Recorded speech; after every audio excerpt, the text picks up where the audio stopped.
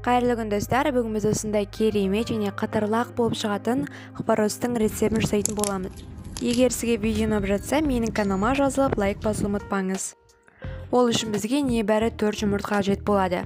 Оның екеуі толық жұмыртқаны салатын болсақ, ал екеуі тек қана сарысын ғана салып шығамыз.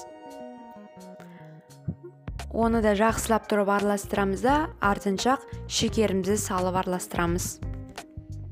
Бетінде көпіршігі шыққанша дейін миксерлеп араластырып шығамыз. Оны сіздер миксермен де немесе шаншқымен де араластырып шықсаңыздар да болады.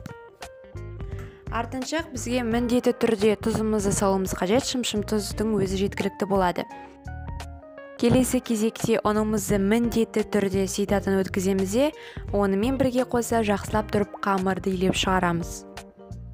Бірақ ұнды көп мөлшерде салудың қажеті жоқ, себебі қамыр одан қатты болып қалады да, майда онша қуырылмай қалады.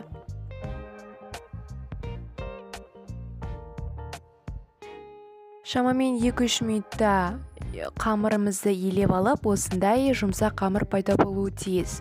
Оның беті қатып қалмас үшін салафанға орап салып қоямыз. Бірнеше минут өткеннен соң қамырымызды салафаннан шығарып, оны жаюға кірісетін боламыз.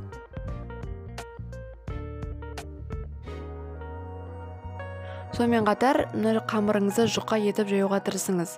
Қамырыңыз қаншалықты жұқа болса, онда қуырған кезде ол қытырлақ болып шығады.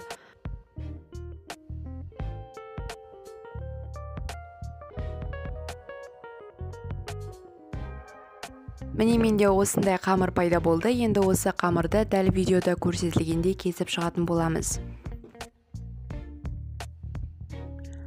Қамырларымызды кесіп болғаннан соң сковородкаға майыңызды құйып, қатты қыздырып алуыңыз қажет.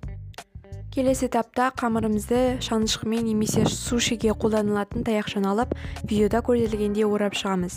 Оны майға жақсылап тұрып қуырып аламыз да, қатты қызармауы тиіс. Сонда міне бізде осындай керемет және қатырлақ болып шығатын хворост пайда болды. Егер сізге видео ұнаса, менің каналыма жазылып, лайк басуды ұмытпаңыз.